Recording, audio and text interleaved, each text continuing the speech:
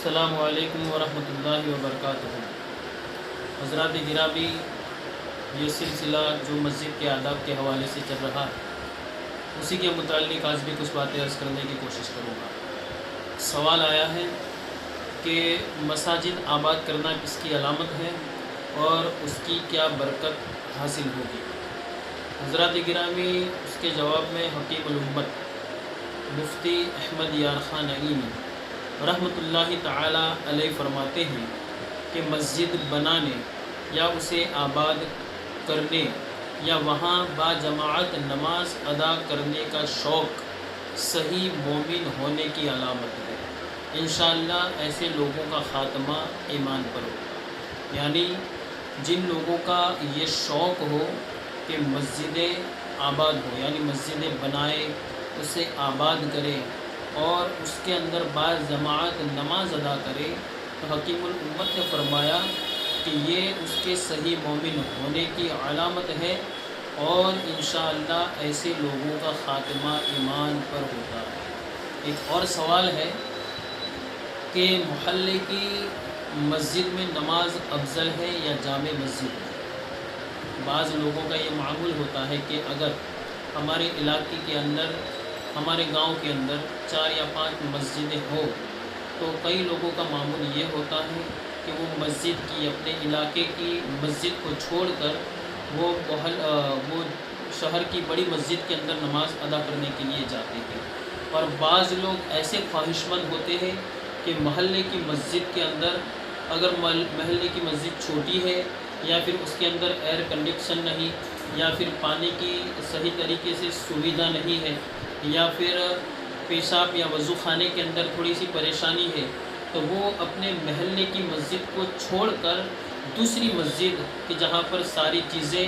مہیا ہو، وہاں جا کر وہ نماز ادا کرتے ہیں۔ تو یہ سوال ہے کہ محلے کی مسجد میں نماز افضل ہے یا پھر شہر کی جامع مسجد یا پھر کوئی اور بڑی مسجد میں۔ تو اس کے حوالے سے جواب یہ ہے کہ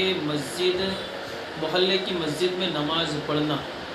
اگرچہ جماعت قلیل ہو، یعنی جماعت تھوڑی ہو، تھوڑے لوگ ہوں، جامع مسجد سے افضل ہے۔ محلے کی مسجد میں نماز ادا کرنا شہر کی جامع مسجد سے افضل ہے، کیونکہ محلے کی جو مسجد ہے اس کا پہلا حق ہے کہ تم وہاں پر نماز ادا کرو۔ اگرچہ وہاں بڑی جماعت ہوتی ہو، جامع مسجد میں بڑی جماعت ہوتی ہو اور محلے کی مسجد میں چھوٹی جماعت ہوتی ہو، لیکن محلے کی مسجد میں نماز ادا کرنا افضل ہے۔ بلکہ اگر محلے کی مسجد میں جماعت نہ بھی ہو تو وہاں جا کر تنہا پڑھے، یہ ہمارے محلے کی مسجد کا حق ہے۔ حضرات گرامی، محلے کی مسجد کے حوالے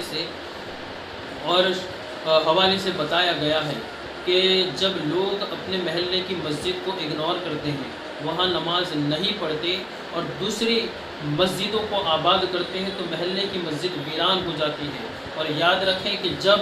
محلے کی مسجد ویران ہوتی ہے تو پھر مسجدیں بھی بددعائیں کرتی ہے، اور اللہ تبارک و تعالی نے مسجدوں کو یہ حق دیا ہے کہ وہ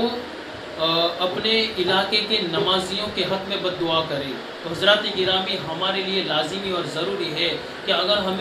ہم آج کے ماحول کے اندر ایک فقیر کی بھی بد دعا لینے سے کتراتے ہیں اور گھبراتے ہیں کہ اگر اس نے مجھے بد دعا دے دی تو پھر میرا کام بگڑ جائے گا، یا پھر کسی غریب کی بھی بد دعا لینا ہم پسند نہیں کرتے، یہاں تک کہ کسی غیر کی بھی بد دعا لینا ہم پسند نہیں کرتے، تو ذرا آپ غور کرو کہ جب ہم اپنے محلے کی مسجدوں کو ویران کرتے ہیں اور وہ محلے کی مسجدیں جب ہمارے لیے بد دعائیں کرتی ہے، تو پھر اس بد دعا سے ہمارا کتنا کام بگڑتا ہوا نظر آئے گا۔ تو اگر اپنی بگڑی بنانا چاہتے ہو اور اپنے کاموں کو سنوارنا چاہتے ہو تو سب سے پہلے تمہارے لیے لازمی اور ضروری ہے کہ تم اپنے محلے کی مسجدوں کو آباد کرو۔ السلام علیکم ورحمۃ اللہ۔